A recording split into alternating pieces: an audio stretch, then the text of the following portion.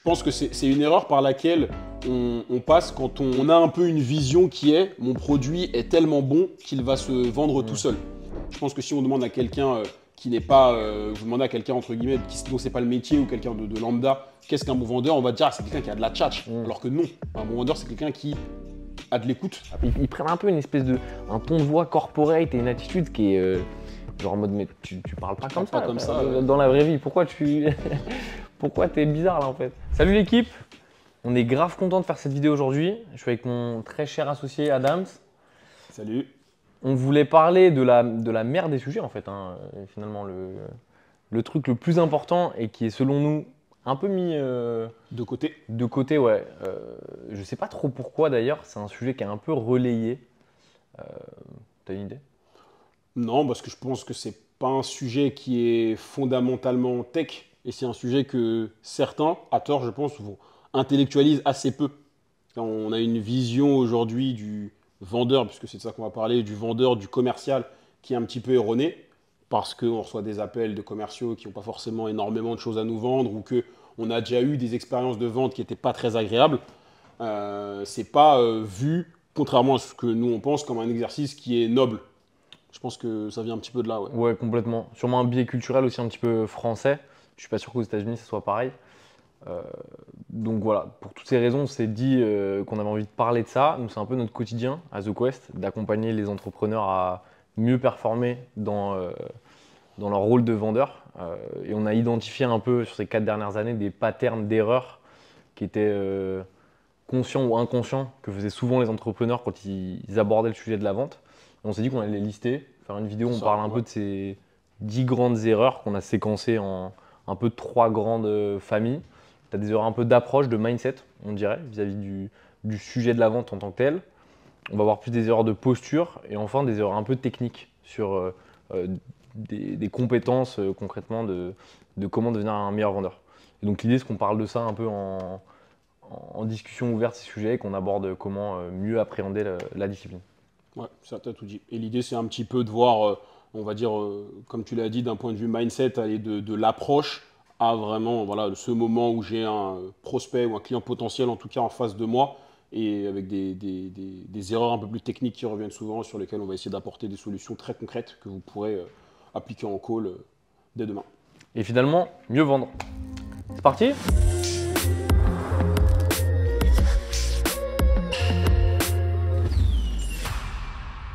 Et ça, franchement, c'est le sujet sur lequel ils ont tous besoin de progresser. Ouais, non, c'est clair. Nous, sur les 4 ans sur The Quest, c'est sûrement l'erreur d'approche qui revient le plus. C'est ne pas évaluer l'importance du sujet de la vente dans la vie de ta boîte. Alors que finalement, et c'est un peu ce qu'on leur dit souvent, c'est que la vente, c'est l'oxygène de ta boîte. Si on doit faire le parallèle avec la vie et la respiration, c'est que genre juste pour passer d'un projet à une start-up, à une société, l'entre-deux, il va nécessairement passer par de la vente. Et donc, nous, c'est un peu le premier truc qu'on leur dit quand ils arrivent ici, c'est que tout doit être pensé pour optimiser ce sujet-là. Et c'est un peu le truc aussi, tu vois, de se considérer, c'est la blague qui fait rire un peu, mais les jeunes entrepreneurs, ils aiment bien le statut de je suis CEO, je suis machin. Ouais, c'est vrai. En vrai, au début, tu n'es pas CEO, tu es juste le premier vendeur de ta boîte, de ton service ou de ton produit. Et donc ça, c'est souvent un problème d'approche vis-à-vis du sujet, c'est qu'il faut considérer une aventure entrepreneuriale avant tout comme une aventure de vente. Et d'ailleurs, c'est un cycle qui va évoluer parce que tu commences au début, tu dois vendre à tes premiers clients et ça évoluera par plus tard convaincre des investisseurs, convaincre des talents de te rejoindre, etc. Donc ça suivra le cycle de la vie entrepreneuriale d'un projet, qu'importe sa nature, quoi. Ouais, c'est clair. Et c'est très important, je pense, de le mettre, il faut le dire, au même niveau que le reste. Parce que souvent, je ne sais pas si tu l'as remarqué, mais ceux qu'on rencontre, on ne va pas avoir besoin de les booster ou de les challenger ou de les inciter à se former sur des sujets techniques, d'ingénierie, sur des sujets de produits, parfois même sur des sujets de marketing, mais surtout ce qui va toucher à la vente. Il y a une image qui est un petit peu différente. On se dit parfois qu'on va avoir une équipe, qu'on va avoir un head of sales et qu'on est un peu moins concerné. Donc le travail, il est un peu double. C'est prendre conscience que c'est important. Et une fois qu'on a pris conscience que c'était important, effectivement, se former, trouver avoir le bon mindset, avoir la bonne approche, trouver les bonnes techniques pour ensuite être efficace. Et demain, se dire, ok, moi j'ai compris que c'était ça le discours qui plaisait, qui fonctionnait, et donc derrière, je vais pouvoir le transmettre à une équipe qui sera derrière moi. Ouais, non, complètement. Et même c'est marrant parce que je pense qu'en France, la raison pour laquelle c'est un sujet dévalué, globalement, c'est un peu un problème de prisme culturel sur le sujet. Parce que je pense que dans l'imaginaire collectif, c'est marrant d'ailleurs, on dit souvent un vendeur de tapis, ou tu vois, je pense dans l'inconscient, le Ouais, c'est vendeur, péjoratif. c'est péjoratif, exactement. Mhm. C'est le mec qui vient avec sa mallette, c'est genre Bernard Tapie, c'est le loup de Wall Street. Et je pense qu'on a des exemples vachement caricaturaux Mhm. de ce que c'est être un vendeur et qui finalement projette un truc un peu négatif, genre moi l'entrepreneur, l'intellect, je n'ai pas à vendre, Exactement, moi ouais. je suis dans ma tour d'ivoire, je design des produits, des projets et je suis brillant et mon truc va se vendre par, euh, par lui-même quoi. Et c'est ce qu'on dit. Et c'est paradoxal avec le fait qu'aujourd'hui, surtout sur les sujets un petit peu de tech qu'on peut aborder, on regarde beaucoup ce qui se fait aux États-Unis, mais à ce Hmm. niveau-là, on est toujours, on a du mal à les regarder, alors que Ouais, ouais. là-bas, on a une image du vendeur ou du commercial, du businessman qui est très différente. C'est très valorisé. On peut rencontrer quelqu'un dans la rue et faire un business sur un coin de rue. On Ouais. apprécie ça généralement. Il y a un vrai travail, c'est vrai, autour de l'expérience de vente. Mais pour l'instant, je ne sais pas si toi, tu t'expliques un peu cette différence entre les deux, mais autant on les regarde beaucoup sur des sujets techniques, mais assez peu sur ces sujets-là. Ouais, on prend les trucs confortables pour nous un peu, mais pas côté relou. Et à ce sujet, c'est un truc que tu fais beaucoup d'ailleurs avec eux chez les entrepreneurs de The Quest, c'est la partie call, qui est un peu du coup les appels de prospection à froid, qui est un peu l'enfant pauvre de la vente en France. Et ça, c'est très drôle parce que un des premiers trucs qu'on veut faire nous, pour tester des propositions de valeur Mhm. sur une idée ou une hypothèse qu'on va avoir sur un sujet, c'est de se dire, ok, bah, on décroche le téléphone parce que je vais obtenir des feedbacks de mon marché, de mes prospects, beaucoup plus rapidement que si je faisais des campagnes mail, si je faisais du contenu, ou c'est plus Exactement. diffus. Et donc toi, c'est un truc que tu organises souvent, c'est des sessions avec eux pour itérer là-dessus, quoi. Ouais, bah clairement, l'idée, c'est dès qu'on a un semblant de proposition de valeur, un semblant de persona, avant de partir sur, et on sait qu'il va y avoir des phases de développement sur certains sujets qui vont prendre quelques mois, on se dit qu'ok, dès qu'on a quelque chose qui est vendable, essayons de nous exposer le plus rapidement possible à un marché. Et j'en suis conscient, c'est un exercice qui est très difficile pour plein de raisons. Un, c'est difficile, Genre, et bon, ça c'est peut-être, c'est presque secondaire, mais il faut réussir à trouver la bonne personne, trouver son contact, etc. Partons du principe qu'on a un fichier, il faut avoir un petit peu le courage de décrocher son téléphone et d'essayer d'appeler ces personnes-là. Et quand tu réussis à avoir quelqu'un au téléphone, là, il y a une première difficulté. C'est, bon, outre, on va pas rentrer dans un cours de cold call, mais c'est comprendre que j'ai globalement une minute, pas pour lui vendre mon produit, mais pour générer un intérêt qui va me permettre d'avoir un rendez-vous. Avoir conscience que je vais tomber sur des gens que je vais déranger, qui sont parfois pas forcément intéressés. Ça, effectivement, quelqu'un, la première fois, ça peut faire un peu mal. c'est dur, c'est dur. C'est très Vraiment. dur, ça peut faire un peu mal de se dire, ok, bah, ça m'intéresse pas, concrètement. Et même une fois qu'on a réussi à obtenir le rendez-vous, concrètement, le jeu commence à ce moment-là. C'est, comme tu l'as dit, c'est le moyen le plus rapide d'avoir quelqu'un en face de soi. Et donc derrière, on arrive très rapidement, avec une ou deux sessions, à avoir 4, 5, 6 rendez-vous. Et donc 4, 5, 6 personnes qui vont prendre 30 minutes pour nous écouter. Et de ma vision, c'est le feedback marché, c'est le meilleur feedback marché que tu Le puisses plus avoir. direct, ouais. C'est le plus rapide et c'est le plus direct, quoi. On ne peut pas se cacher, en fait, une fois qu'on a mis ça en place. Non, c'est clair. Et je fais un big up à quelqu'un sur le sujet en France qui est très très fort et qui est venu nous donner un excellent cours à ce sujet. C'est Enzo Colucci. J'espère que j'écorche pas son Non, non, son- c'est ça. Enzo Colucci. J'espère que j'écorche pas son nom. Allez suivre sur LinkedIn. Il fait du bête de contenu à ce sujet. Je crois qu'il propose des sessions de formation et de coaching aussi en entreprise. C'est un tueur et ça fait du bien d'avoir quelqu'un qui porte un peu d'ailleurs ce discours en France. Ouais, totalement, totalement aligné. C'est vrai il est venu ici donner une masterclass sur le sujet. On a été beaucoup à découvrir, enfin, beaucoup ont redécouvert un petit peu le sujet. Et il explique ça très bien, il le vulgarise très bien. C'est une expérience d'apprentissage qui est assez gamifiée aussi de son côté. Je pense que c'est pour ça qu'il y a autant de boîtes qui lui font C'est confiance. ça. On s'est rendu compte qu'on était des merguez, surtout quand on a fait. On se croyait bon, mais pas du tout. Ouais, maintenant on est fort, ça va. Ça va grâce à lui. Merci Enzo. Merci Enzo. Euh, Deuxième point, ultra important, et d'ailleurs ça c'est l'erreur, je pense c'est à ça qu'on reconnaît un mec qui débute un peu en vente, c'est considérer qu'un rendez-vous sales est une discussion, ou sinon arriver en feeling et sans préparation. Donc c'est de se dire en fait, bah, moi je connais mon sujet, je vends mon produit, mon service, je le connais bien, je vais arriver, je vais en parler, et l'acte de vente va par magie opérer. Et ça, c'est sûrement, enfin, tu me diras ce que tu en penses là-dessus, mais Ouais. c'est sûrement l'erreur number one, c'est ce manque de préparation et de structuration d'un appel de vente, quoi. Ça, c'est clair et net. Je suis 100% d'accord avec toi.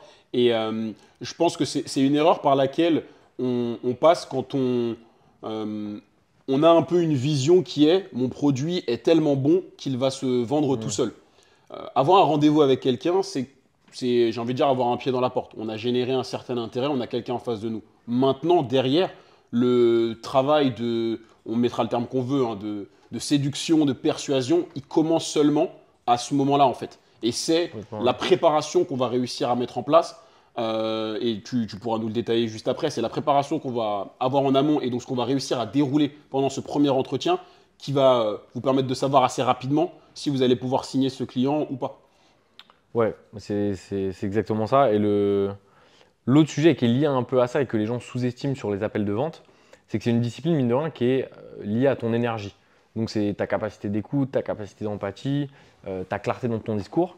Et précisément parce que c'est un peu lié à ton énergie individuelle, que pour compenser les fois où tu vas être juste moins bien réveillé, pas de bonne humeur, etc., que le fait d'avoir un vrai cadre qui est un fil de discussion sur un call sales, donc je sais par quelle étape, quelle question que je veux poser, quelle étape je veux arriver avec la personne en face de moi, le fait d'avoir ce cadre et cette préparation va permettre un peu de mitiger les jours et ce qui arrive à tout le monde où tu seras juste moins dedans, quoi. Moins dedans, Ouais. effectivement.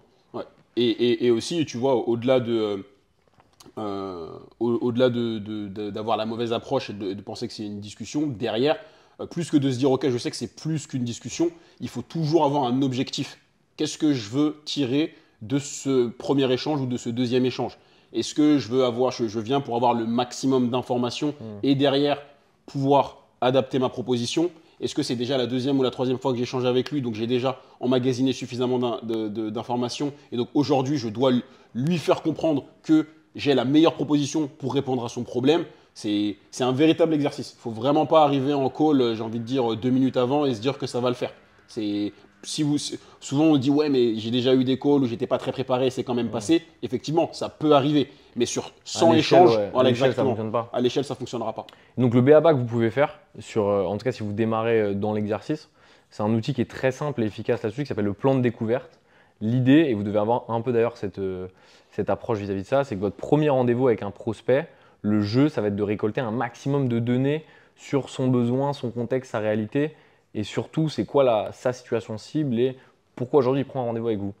Et pour ça, vous pouvez vous lister une dizaine, quinzaine, ça va dépendre véritablement de votre sujet, mais vous pouvez vous lister une liste de questions à poser pendant le rendez-vous. Alors bien évidemment, l'idée, c'est pas d'être robotique et c'est quand même de favoriser un peu la fluidité de l'échange, mais juste un plan de découverte qui est de dire, ok, j'ai un peu une photographie de toutes les informations et données que je dois récolter pendant un call. Ça va vous permettre en fait d'aborder chaque call en disant, ok, je sais un peu comment ça va se dérouler, je vais passer par toutes ces questions-là et ça me mettra un niveau d'information qui est le niveau minimum Minimum. pour pouvoir évaluer ma capacité à répondre correctement aux besoins, quoi. Et comme tu l'as dit, d'un sujet à un autre, peut-être d'un prospect à un autre, les questions ne vont pas exactement être les mêmes, mais globalement, vous le verrez, il y a un socle de questions qui vont se ressembler.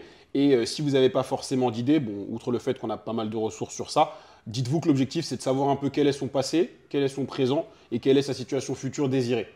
Grosso modo, les questions vont s'orienter autour de cela. Et Parfois. l'objectif, c'est vraiment à la personne que vous avez en face de vous la raconter. Donc vous êtes dans une posture de questionnement, vous creusez, vous posez les questions, et derrière, vous écoutez les réponses pour pouvoir ensuite apporter la vôtre et prendre un petit peu les avantages, si vous voulez, de votre produit pour pouvoir apporter la réponse adéquate. Voilà, exactement. Et à échelle un petit peu supérieure, l'idée, ça va être de construire un peu ce script de vente. Donc, quand je dis script de vente, c'est un peu, disons, la partition complète d'un rendez-vous idéal avec un prospect, dans lequel vous allez démarrer, intégrer la partie plan de découverte. Et du coup, ça fait une bonne transition avec le troisième point, qui est le sujet de la cadence.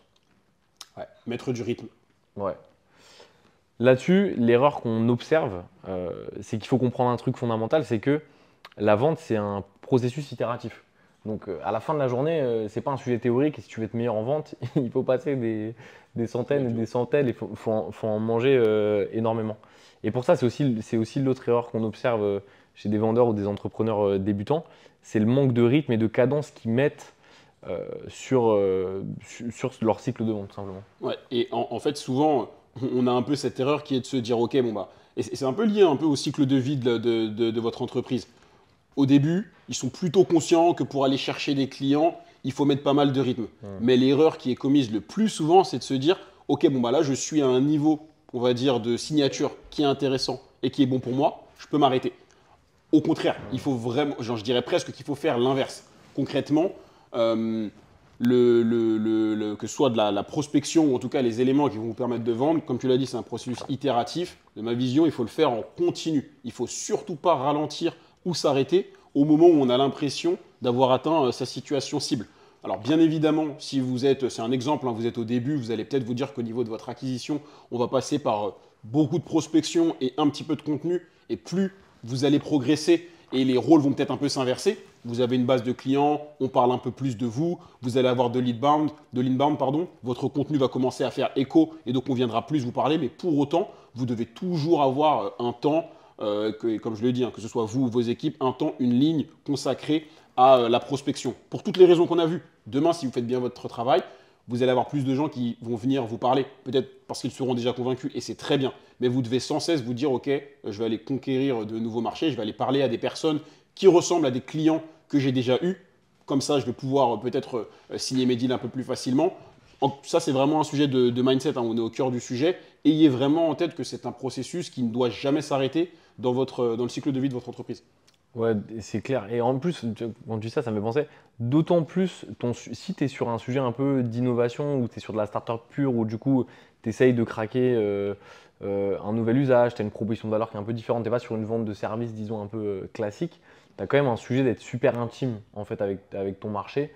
Et le seul moyen d'être très intime avec un sujet, c'est d'y mettre énormément de cadence. Et parce que tu vas parler à des centaines de prospects, tu vas te rendre compte qu'il y a des patterns, en tout cas des trucs qui reviennent. Et justement, là, ce qu'on disait juste dans le point d'avant, le fait d'avoir un peu un script de vente, d'avoir un plan préparé, plus tu vas en faire, plus ça sera complètement intuitif et fluide et tu pourras arriver sur des calls parce que tu auras une machine qui a enregistré des centaines et des centaines d'appels, avoir de l'aisance pour conduire proprement des discussions, quoi. Ouais, c'est clair. Et ça vraiment, et sur le sujet important aussi, je trouve que sur ça, c'est de montrer l'exemple. Demain, vous faites partie des founders, vous êtes le CEO. C'est à vous de montrer l'exemple sur la cadence qu'il faut mettre sur les sujets sales. Et puis même, pendant longtemps, le CEO, c'est le VRP de son entreprise. C'est censé être le premier commercial. Donc vous allez, et sur ça, comme je vous dis, on ne peut pas se cacher en fait, hein. Vous allez manger des rendez-vous clients et plus vous allez en avoir, mieux vous maîtriserez votre discours. Et ensuite, ce sera encore plus facile de le transmettre et de transmettre l'énergie et la cadence qu'il faut mettre à une éventuelle équipe. Ouais, c'est clair. C'est clair. Et ça fait une bonne transition d'ailleurs avec l'autre grosse erreur qui est commise. C'est un peu le manque de réactivité. C'est un peu lié au sujet de cadence. Mais pour le dire de manière très directe, on observe que certains entrepreneurs, quand un lead arrive, ou en tout cas une proposition qu'ils ont à faire sur la prise de rendez-vous, même après quand il faut envoyer une propale, ils mettent un peu de temps, quoi, tu vois, à s'activer. Alors qu'il y a quand même, je trouve, qu'un énorme sujet d'urgence de te dire. C'est sûr. Peut-être urgence, c'est d'ailleurs un peu, et peut-être pas le bon mot, mais un peu un sujet de réactivité, quoi. Genre, dans ton expérience de vente, il faut vous dire, le mec qui fait une demande de devis sur votre site, en tout cas qui cherche à avoir des informations, il est quand même un peu dans un état psychologique de ok, je veux avoir une information. Et je pense que d'ailleurs, sur un sujet plus social, on perd de patience, quoi. Tu vois, on est habitué à avoir tout quand même, tout de suite, tout rapidement. Et ça renvoie un signal hyper important au prospect de dire en fait, je fais une demande et il ne se passe pas un temps, je ne sais pas si on peut le timer vraiment, ouais, tu vois, mais c'est 100% d'accord. 24-48 heures avant d'avoir, même avant idéalement d'ailleurs, d'avoir une réponse. Ah, c'est sûr, hein, 24-48 heures, tu es peut-être même gentil, effectivement. Je pense que sur des sujets de réactivité, ok, bon, si c'est sur j'ai envie de dire un deal qui est déjà en cours, on peut y réfléchir, mais si sur une première prise de contact, il faut être ultra réactif. Imaginez quelqu'un qui arrive par exemple sur votre site internet, qui pose une question à un chat, si on n'est pas capable de répondre très rapidement, il ne faut pas en mettre. Ouais, Ou alors, il faut pas en mettre, il faut mettre un chat, une IA, de l'automatisation, peu importe. Mais si on met un chat en place, et que quelqu'un l'utilise, dites-vous que c'est la personne que vous avez le plus de chances de closer. Tu as employé un terme qui effectivement, au moment où on fait une demande, je dirais qu'on est presque dans un état de flow. Il faut battre le fer tant qu'il est chaud. Ouais, Et dites-vous, vous recevez une demande par mail, que ce soit une demande de devis, une demande d'information. Il y a aussi des chances pour que vous ne soyez pas la seule personne à la recevoir. Celui ou celle qui répond en premier, et forcément, on n'oubliera pas. Enfin, le prospect ne l'oubliera pas. Donc, il y a un vrai enjeu de réactivité. Et cela dit, il ne faut pas confondre réactivité et précipitation. On sait qu'on n'a pas forcément d'intérêt à multiplier les touch points. Mais le sujet de la réactivité, il est très important. Ne vous dites pas, oui, bon, ça peut attendre, etc. Après, c'est notre parti pris. Ouais, mais je pense que ça paye, hein. Ça, il n'y a pas trop de sujet là-dessus. Il y en a qui sont, on en parlait la dernière fois, il y en a qui sont très très chauds sur ça. Et si vous voulez d'ailleurs, à titre personnel, faire l'expérience un peu de client, en tout cas pour analyser le process de vente, c'est Revolut. Ils ont une armée, on reçoit des messages de prospection tous les 4 jours d'un sales différent de Revolut. Mais en tout cas, faites une demande sur la partie Revolut Business. Hein. Je parle où vous allez avoir besoin de parler à un account manager ou un sales. Ça, je pense vraiment sans exagérer, en 4-5 heures, t'as un mec qui t'a recontacté et qui te propose un rendez-vous, quoi. Donc ça, c'est un peu la base. Ouais, et c'est le début de l'expérience de vente. On en parlera un peu plus tard. C'est quelque chose de vraiment global et le début de l'expérience de vente est très important. Pour ensuite, quand vous allez avoir la personne en rendez-vous, quand la personne aura été onboardée, tout ça, c'est quelque chose qui reste vraiment dans la tête d'un prospect. On dit souvent, on n'a pas 2 fois l'occasion de faire bonne impression. Pour nous, répondre avec un haut niveau de réactivité, c'est une première façon de faire bonne impression. C'est essentiel. Et ça nous fait une bonne transition avec l'autre sujet. En tout cas, les autres, disons, familles d'erreurs qu'on a regroupées sous la bannière un peu erreur comportementale. Ouais. Si je puis dire. En tout cas, de mauvaise posture vis-à-vis de ce que c'est d'être un bon vendeur. Et le premier truc, c'est un peu la posture excessive du vendeur.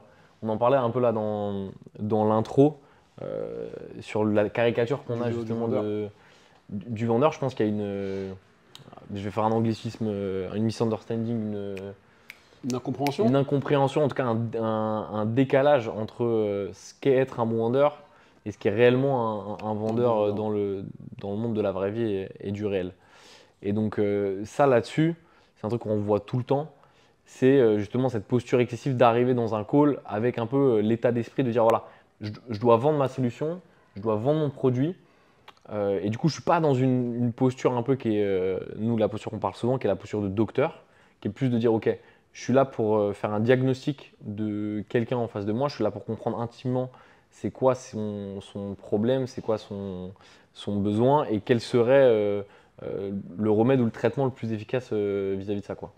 Et donc, cette posture excessive de vendeur, c'est un truc qui est malheureusement encore trop récurrent, quoi. Trop récurrent, c'est beaucoup trop présent. Et le terme décalage que tu as employé, il est totalement vrai. Aujourd'hui, je pense que si on demande à quelqu'un qui n'est pas, vous demandez à quelqu'un entre guillemets dont c'est pas le métier ou quelqu'un de lambda, qu'est-ce qu'un bon vendeur, on va dire c'est quelqu'un qui a de la tchatch. Alors que non, un bon vendeur, c'est quelqu'un qui a de l'écoute et donc qui va poser les bonnes questions, bien écouter, bien comprendre, derrière bien reformuler et apporter une réponse adéquate. Et donc, cette vision qui est, ok, un bon vendeur, il a de la tchatch, aujourd'hui, on en souffre parce qu'il y a encore beaucoup de personnes qui arrivent en entretien en se disant ça va être génial, t'es pas prêt pour cette solution, ça va répondre à tous tes problèmes, alors que pas du tout. Je pense que l'exemple du docteur que tu as mentionné, c'est le bon. On insiste pas mal dessus. On n'arrive pas dans un call pour vendre. Enfin, on se comprend quand je dis ça. Au fond de soi, bien évidemment, c'est l'objectif, mais il ne faut pas le faire ressentir à votre prospect. Tu t'en parlais au début, il y a peut-être même un sujet culturel. Pour certains, entrer dans un call où ils vont avoir affaire à quelqu'un qui va leur vendre quelque chose, ça peut déjà leur faire peur. Ils peuvent déjà se dire, j'ai déjà dépensé sur ceci, j'ai perdu de l'argent, j'ai une posture un petit peu fermée. Si vous arrivez avec vos gros sabots et que vous essayez de vendre, non, ça va certainement pas passer. Et surtout, parce qu'il faut le dire, il n'y a pas que des bons vendeurs, il y a peu de bons vendeurs sur le marché. Si vous arrivez avec une approche qui est un peu plus douce, encore une fois, ce sera un moyen de vous démarquer et d'être bien vu par le prospect qui est en face de vous. Ouais, c'est clair. Aux États-Unis, ils ont une expression d'ailleurs sur ça, ils disent don't smell like a sales guy. Et donc, c'est un peu imaginer. Et c'est drôle d'ailleurs parce que nous, à titre d'acheteur ou quand on est client, en fait, on voit très bien le truc de tu te fais appeler, tu décroches ton téléphone et tu entends le call center derrière. Salut, c'est Jean-Marc Dupont, est-ce que tu as utilisé tes crédits CPF ou machin? Tu vois, et donc en fait, ça, c'est le truc un peu horrible. Personne n'a envie d'être dans ce flot de discussion. Et donc, appliquez-vous ce que vous n'avez pas envie d'avoir en fait quand vous avez un vendeur où c'est. On était au Sénégal, on en parlait aussi la dernière fois. Un exemple un peu tiré par les cheveux, mais on était au Sénégal récemment. Au Sénégal, il y a une culture un peu de la vente justement. Un peu forcé. Un peu forcée, on peut le dire. On peut le dire. Alors bien évidemment, c'est des contextes, des choses qui sont pas, Ils sont un peu différents qui aussi. sont différents et pas comparables. Ouais. Mais voilà, en tout cas, quand vous faites de la vente en B2B, en sales, et vous êtes sur des cycles plus longs, soyez pas dans cette posture quoi. Ouais, c'est clair. Soyez pas dans cette posture. Et c'est une bonne transition aussi pour une autre problématique qu'on a pu remarquer, qui est, là on est dans la posture, c'est un peu la caricature du vendeur, et il y a aussi la caricature du technicien. L'extrême opposé. C'est ouais. l'extrême opposé. Alors ça, c'est aussi un problème qu'on a remarqué, qui est, même quand demain on est amené à vendre sur des sujets tech, il n'y a rien de pire que d'arriver et d'étaler sa science en fait. De rentrer dans un blabla hyper technique qui va peut-être être compris par votre interlocuteur, mais qui n'a rien de sexy, qui va juste vous faire parler, qui ne va pas vous permettre de découvrir quels sont ses besoins, ses envies et quel est son problème. Et ça, c'est aussi quelque chose qu'on remarque assez souvent, surtout quand on débute, parce qu'en fait, parfois on est tellement fan, on connaît tellement bien son produit qu'on s'oublie en fait et qu'on arrive dans une narrative où il faut présenter toutes les caractéristiques et tous les avantages de son produit en oubliant du coup le sujet principal de la vente et de la découverte des besoins. Ouais, non, c'est clair. En fait, c'est un peu aussi de l'incapacité à vulgariser et à rendre accessible un sujet. Et d'ailleurs, les gens, ils se cachent souvent derrière, non, mais moi, je fais un truc un peu complexe, c'est normal, mais en fait, c'est faux. Je pense que d'ailleurs, les gens brillants ont une capacité, quand tu écoutes Thomas Pesquet, il a une capacité à te simplifier des sujets qui sont d'une complexité, d'une technicité hyper avancée. Et donc ça, c'est un petit peu pareil. Il y a un manque de un peu mise à niveau quand vous parlez à quelqu'un de rendre habitable et digeste un peu le sujet. Et ça vient avec autre chose d'ailleurs là-dessus, c'est aussi que vous n'avez pas d'intérêt, alors ça justement ça vient aussi avec le sujet un peu de l'éthique dans la vente, mais vous n'avez pas d'intérêt à ce que la personne en face de vous ne comprenne pas ce que vous êtes en train de parler. Donc c'est facile de bullshiter quelqu'un avec une montagne de mots super techniques, Super technique, ouais. compréhensibles, mais en fait je suis pas sûr que sur le long terme ça paye parce que ça déséquilibre la relation et il n'y a rien de pire en fait que d'être dans une relation, comment dire, enfin, qui n'est pas sur un pied d'équilibre entre eux. Le prospect a besoin de comprendre votre service et s'il ne le comprend pas, il ne sera pas en mesure d'en évaluer la valeur en fait. C'est Ouais. un peu lié à ça aussi. Je suis d'accord avec toi, au fond c'est presque un sujet d'empathie. Même si vous êtes sur un sujet hyper complexe, hyper technique, c'est aussi une qualité et ce sera pareil apprécié par votre interlocuteur, cette capacité à le rendre accessible et à vous mettre un petit peu à son niveau. Alors bien évidemment, il faut savoir faire le filtre entre le touriste qui va, quoi qu'il arrive, pas prendre votre solution peut-être parce qu'il n'est pas assez mature et le bon niveau de technicité à apporter à quelqu'un qui est très mature et que vous allez devoir convaincre avec votre explication. Mais normalement, si on a bien fait sa phase de découverte, on sait à peu près qui on a en face de nous et on sait quel discours on doit adapter, quel niveau de discours on doit avoir au moment de prendre la parole. Ouais, c'est clair. Et petit tip sur ça, il y a un truc qui marche bien, qu'on a beaucoup utilisé, toi et moi, c'est les métaphores. Quand vous allez utiliser un sujet technique qui demande justement d'avoir un peu de cette plongée dans le sujet, n'hésitez pas à faire des métaphores, des comparaisons pour un peu imager et illustrer ce que votre solution peut apporter au prospect, quoi. La prochaine, et ça c'est sûrement la plus drôle, je pense, des 10, c'est de travestir son attitude. Donc pour une raison un peu étrange, il y a des entrepreneurs débutants ou des sales débutants qui vont rentrer dans des calls et là tu sais pas ce qui se passe. Il y a, il y a un truc temporel qui se passe et ils changent limite leur voix, ils travestissent un peu leur attitude et c'est un peu, ils prennent je ne sais même pas comment le nommer, mais tu vois, ils prennent un peu une diction de bonjour, donc aujourd'hui nous allons parler d'une solution qui va en 3 étapes. Ils prennent un peu un ton de voix corporate et une attitude qui est genre en mode mais tu parles pas comme ça dans la vraie vie, pourquoi pourquoi t'es bizarre là en fait. Et, ou à l'inverse, tu vois une voix très soivée ou tu vois, je sais pas, bref, je pense que vous voyez de quoi on parle et Et ça, c'est un truc trop bizarre parce que pareil, ça renforce un peu le truc de tu as envie de me vendre quelque chose et tu es en train de me vendre une image de toi Qui n'est pas vrai. qui n'est pas vraie. Alors que une dynamique de vente, c'est avant tout un transfert de confiance. En fait, et l'interlocuteur en face de vous, il a besoin de se dire, ok, cette personne-là, imaginez un peu une échelle de confiance et votre rôle, c'est de bâtir chaque étape de cette échelle et ça va passer par une réassurance de votre intégrité en fait. Mhm. Ouais, une réassurance de l'intégrité. Et puis, il y en a certains, je pense, ont peur de ne. Peut-être que parfois c'est peut-être lié à l'âge, peut-être lié à un problème de confiance en soi, Ouais. vont avoir peur de ne pas avoir l'air assez sérieux, Ouais, crédible. de crédible, Ouais. voilà exactement, s'ils prennent pas cette attitude-là. Alors que c'est pas du tout le cas. On peut parler normalement avec quelqu'un et montrer qu'on est quelqu'un de confiance et qu'on peut bien faire le boulot. C'est marrant, mais Enzo, tu vois, quand il est venu nous voir, il avait une expression qui, pour moi, illustre parfaitement l'attitude qu'il faut avoir, c'est être l'expert sympa. Ouais. En fait, personne Ouais, n'a envie de... Et vous le verrez, hein, on peut avoir de très bons résultats avec quelqu'un si on n'est pas sympa, qu'on est froid ou on renvoie une image qui n'est pas la nôtre. La relation commerciale ne va pas durer très longtemps. Alors que la posture de l'expert sympa, c'est vraiment celle qu'il faut avoir. On ne va pas venir signer parce que vous avez des beaux yeux ou juste parce que voilà, vous êtes drôle, vous êtes rigolo. Mais ne mettez pas aux antipodes la performance de voilà, je suis naturel, je suis comme je suis au quotidien. Et souvent, c'est un peu des croyances de se dire bon, vu que je suis jeune ou alors comme j'ai pas beaucoup confiance en moi, je vais prendre un peu une posture professionnelle, ça va renforcer. Non, au contraire, je vous le dis totalement transparent, parfois ça donne même un petit côté antipathique. Ouais, On voit aujourd'hui, c'est tout bête, mais c'est un exemple que je ne voyais pas plus tard qu'hier, tu vois des interviews de Mbappé, tout le monde trouve ça insupportable quand il change de voix et qu'on se rend compte qu'il parle avec une voix grave, très sérieusement. Ça n'inspire pas confiance, en fait, pas du tout. Si vous tombez sur quelqu'un qui est un peu plus aguerri, vous êtes repéré tout de suite. Et on se dit, ah, ok, non, il se donne, comme tu l'as dit, il se donne un rôle, il renvoie une image qui n'est pas vraie, ça ne me met pas en confiance. Donc sur ça, vraiment, vive le naturel, vraiment.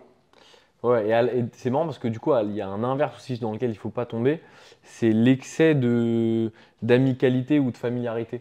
Un peu, tu vois. Et donc, donc c'est le côté. Ouais, exactement. Il faut vraiment un équilibre entre les deux où les gens ne sont pas vos potes non plus. Vous n'êtes pas là pour faire ami-ami, mais vous êtes quand même là pour bâtir une relation de confiance et donc ça passe par être fluide. Donc soyez sympa et détendu, ça va bien se passer. Ça va très bien se passer. Exactement. Les autres un peu gros points qu'on a remarqué, en tout cas les grosses patterns dans les erreurs qui reviennent, c'est plus des erreurs un peu techniques. Et ça, c'est un peu des hacks ou des histoires de compétences. De En fait, compétences, des petites erreurs, ouais, c'est ça, compétences. Et donc la première d'entre elles, et pareil, le truc qui revient souvent, c'est notamment dans votre premier rendez-vous, qui va être du coup, comme on en parlait tout à l'heure, le rendez-vous un peu de découverte des besoins, ça va être de parler plus que le client. Et donc ça, pareil, il n'y a pas plus grand red flag pour un prospect que d'arriver dans un call. C'est aussi lié au sujet de ne pas être dans une posture excessive de vendeur, mais en fait d'occuper le terrain et d'occuper la parole. Et on a un parallèle qu'on utilise souvent avec les entrepreneurs de The Quest, c'est un peu le parallèle du date. Imaginez-vous en train de faire un date avec un garçon ou une fille, d'arriver et en fait le mec vous met dans un énorme tunnel de discussion, il vous raconte à quel point il adore sa collection de timbres, j'en sais rien, enfin bref, vous voyez tous de quoi on parle quoi, et ça c'est insupportable. Ah, c'est clairement insupportable, ce sont les gens qu'on a envie de fuir au-delà même du contexte du date, au quotidien, au travail, dans les transports, il n'y a rien de plus insupportable.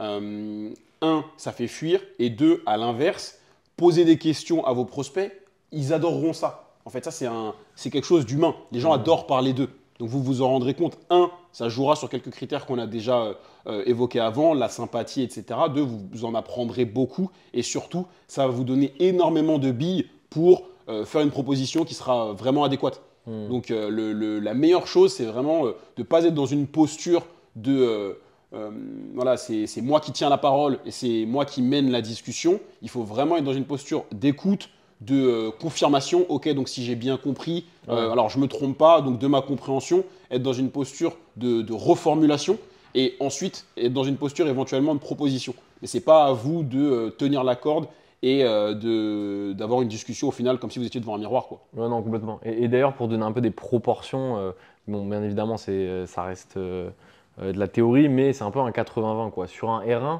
vous ne devez pas parler plus de 20% du temps, sinon ça veut dire que vous occupez un espace qui normalement n'est pas le bon sur un rendez-vous de découverte, quoi.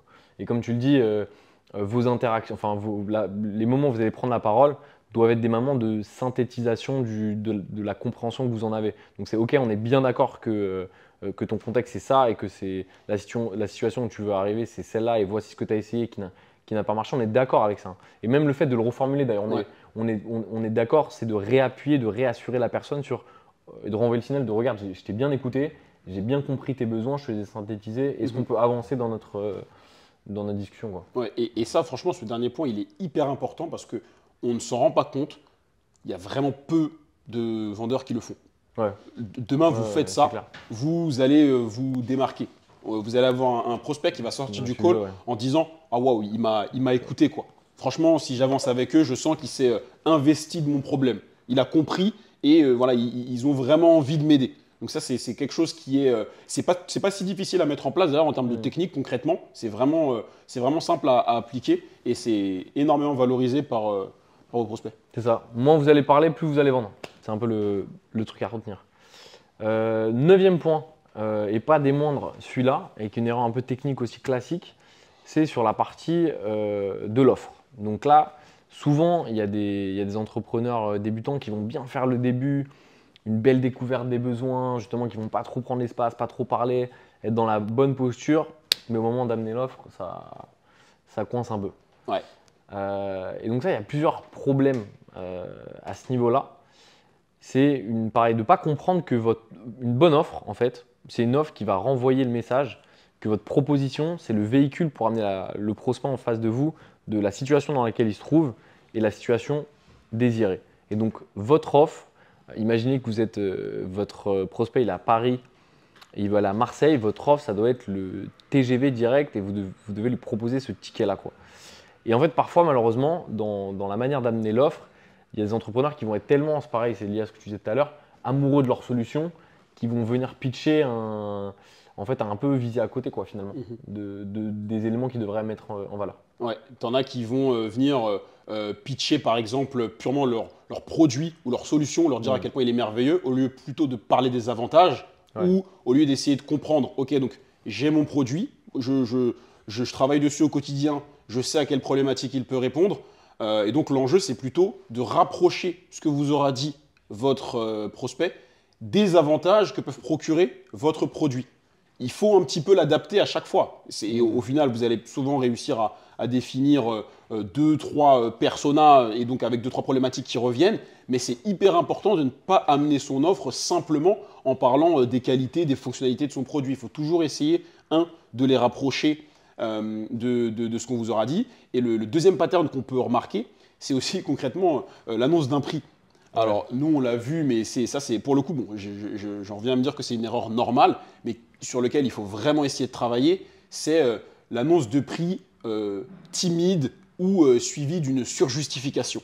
Honnêtement, il n'y a rien de pire que de dire, eh ben, du coup, ce sera 5 500 € comme ça.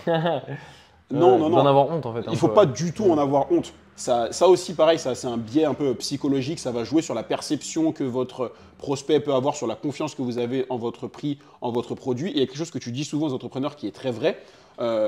C'est très vrai, bon, forcément, ça ne s'applique pas sur 100% des cas, mais si la découverte a été bonne, j'ai bien compris le produit, j'ai commencé à bien reformuler, je l'ai amené où je voulais l'amener, le prix n'est même pas censé être une question en fait. À ce moment-là, il faut avoir un minimum d'assurance.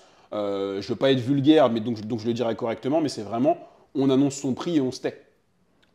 Ouais, complètement. Enfin, après, c'est toujours contextualisé, bien évidemment, mais oui, dans cette logique, c'est ça, c'est que tu justifies pas le prix parce que quelque part, ça serait justifier la valeur en fait, de ce que tu es en train de vendre. Et lié à ça, alors ça paraît, je pense que tous les commerçants ne sont pas d'accord avec ça, mais moi, je suis un peu de l'école de tu parles pas du prix si la personne ne te pose pas la question. Parce que, en fait, ce que ça dit derrière, c'est qu'il faut imaginer que votre cheminement, justement, de vente, il va passer par des freins à l'achat qui sont justement les éléments de réassurance sur lesquels vous devez rassurer votre prospect. Et si lui-même n'aborde pas le sujet et la question du prix, ça veut dire que vous n'avez pas encore cassé toutes les barrières et tous les freins à l'achat. Donc, moi, je suis plutôt de la politique de je te parle pas d'argent si tu me parles pas d'argent. Et on va d'abord parler de la guérison à laquelle mon produit ou mon service va va t'amener avant de parler d'argent. C'est clair, il faut qu'il ait tellement envie en fait d'avancer avec vous que c'est ça, que le prix soit vraiment, je dirais presque la cerise sur le gâteau, que ce soit juste Une modalité, une formalité. quoi. Exactement. Ouais, une modalité, ouais. Exactement. Voilà, ça c'est sur l'offre. Le dernier point, et pareil, qui manque aussi un petit peu à des entrepreneurs débutants dans les erreurs un peu techniques et de compétences qu'on peut retrouver, c'est le manque de système en fait, dans son ensemble d'un process de vente. En fait, il faut bien comprendre un truc, c'est que la vente, ça s'inscrit dans un parcours, dans un système, justement. Et beaucoup d'entrepreneurs considèrent qu'ils vont mettre beaucoup d'efforts sur un peu la discussion commerciale, le moment où vous allez avoir le prospect au téléphone, mais finalement un peu d'efforts sur l'avant et l'après. Et donc ça, il faut vraiment comprendre que l'expérience de vente, elle ne s'arrête pas au moment où vous allez réaliser et closer votre client, confirmer la transaction. Elle va être aussi la première impression qu'aura votre nouveau client en fait, de votre service et de votre expérience. Donc on dit souvent un truc en vente, c'est qu'il faut soigner le début et la fin. Donc mettez beaucoup d'efforts là-dessus parce que ça pareil, hein, c'est un peu une règle fondamentale, mais ça coûte toujours moins cher de re-signer un client existant que d'aller en chercher de nouveau. Donc c'est super important d'aborder le sujet de la vente comme un cycle et comme un système et pas comme juste une transaction à l'instant T. Ouais, et pour aller un cran plus loin sur ça, c'est le fait de l'aborder comme un système, c'est aussi ce qui va nous permettre d'améliorer ce système. Il y a plusieurs éléments derrière ça. Un premier élément important, c'est que vous allez devoir un peu d'une semaine à l'autre, d'un mois à l'autre, traquer comment fonctionne ce système. Aujourd'hui, vous réalisez que vous avez un problème au niveau de vos ventes. Vous allez devoir savoir où est le problème. Est-ce que le problème, il est sur l'entretien? J'ai du mal à closer. Est-ce que le problème, il est sur la lead generation? J'ai du mal à avoir des rendez-vous dans mon agenda. Est-ce que le problème, il est sur, je ne sais pas moi, les messages que vous envoyez? Mes emails ne sont pas très ouverts. Est-ce que c'est sur le copywriting de vos landing pages? Voilà, je n'ai pas beaucoup de clics sur mes call to action. Donc, il faut vraiment le voir comme un système. Ça, c'est la première chose. La deuxième chose, c'est que vous allez devoir traquer tous ces éléments-là. D'une semaine, d'un mois à l'autre, il faut savoir à combien de personnes est-ce que j'ai parlé, combien de personnes j'ai eu au téléphone, combien de propals j'ai envoyé. Est-ce que quand j'ai ce discours lors de mon premier rendez-vous, j'arrive à avoir des propositions qui sont un petit peu plus intéressantes, ou alors j'ai un cycle de vente, je me rends compte, il s'est raccourci depuis que je me suis mis à poser ces questions-là. Il faut vraiment aller un petit… Et ça, c'est vrai que ce n'est pas un travail facile, mais il faut aller relativement loin dans l'analyse pour pouvoir s'améliorer et surtout s'améliorer dans la durée. Au début, vous n'allez pas forcément avoir énormément d'échanges, énormément de personnes auprès desquelles vous allez pouvoir confronter un peu votre produit ou en tout cas vos idées. Ce sont ces premiers échanges-là sur lesquels vous devez vous dire, OK, comment est-ce que je vais améliorer mon système continuellement? Et la dernière chose, c'est-à-dire un truc très important, l'acte de vente, il ne s'arrête pas du tout au moment où le prospect dit oui. Il y a quelque chose qu'on appelle en marketing le AA moment. C'est le premier moment où votre prospect, enfin votre client du coup, a un retour au niveau de la valeur que vous lui apportez. Et l'un des objectifs que vous devez avoir, c'est de faire en sorte que ce AA moment, il soit le plus rapproché possible de sa signature. Entre le moment où on vous dit oui, où le paiement est effectué, où l'abonnement est effectué, vous devez avoir un apport de valeur, que ce soit une surprise, un gift, quelque chose qui n'était pas forcément prévu, mais il faut essayer de faire en sorte que ça arrive relativement vite. Ça rentre dans des cases d'onboarding. Honnêtement, ça peut vous faciliter la vie pendant 2 mois, 3 mois de relation. Un onboarding qui est réussi, le client, vous n'en entendrez pas parler pendant quelques semaines, voire quelques mois. Et souvent, ça ne vous coûtera pas grand-chose. Mais lui, il l'appréciera fortement. L'exemple qu'on donne parfois, c'est je vends un 10 sur 10, mais je délivre un 11 sur 10. La surprise est toujours assez fortement appréciée. Ouais, non, clair. Et je reviens juste à ce que tu disais sur la partie un peu ce qui mesure s'améliore et sur la partie globalement un peu donnée. Je trouve qu'il y a un gap que tu remarques chez des entrepreneurs plus expérimentés, d'entrepreneurs plus jeunes, c'est le manque de maîtrise des données. En fait, c'est un truc de fou à quel point, quand ils démarrent, ils sont un peu fébriles. Ils ne peuvent pas te dire en fait, réellement à combien de personnes ils ont parlé, c'est quoi leur taux de closing, c'est quoi leur LTV, c'est quoi le panier moyen, etc. etc. Et donc, en fait, ça, soyez dans une posture très rapidement à la fin de la journée, la vente, pardon, ça reste un jeu de volume et de données. En fait, plus vous parlerez avec des gens, plus vous augmenterez vos chances de closer des gens et d'avoir des clients. Donc, soyez aussi dans un peu la culture de la culture de la donnée et de la culture de la précision sur vos chiffres parce que, et même plus globalement, quand vous irez parler à des fonds d'investissement, des VC ou des investisseurs, c'est un truc sur lequel les gens sont très très pointilleux. C'est la maîtrise de leurs données parce que ça renvoie juste le signal de je comprends ce que je fais et je suis bon pilote, je suis bon capitaine du bateau, quoi. Donc voilà, c'était pour les 10 erreurs autour des 10 erreurs et 10 patterns d'erreurs sur le process et sur la vente. C'est tout, c'est très cool, mon cher Adams. Ouais. Je pense qu'on a balayé pas mal de sujets. Ouais, pas mal de sujets, effectivement. Comme tu l'as dit, c'est vrai, tu l'as rappelé, nous, ce sont des patterns qu'on a retrouvés chez pas mal d'entrepreneurs débutants. Ce qu'il faut en ressortir globalement, c'est qu'on le sait, au démarrage, il faut être, le terme qu'on emploie souvent, c'est très bullish, mettre beaucoup d'énergie dans ce qu'on fait. Il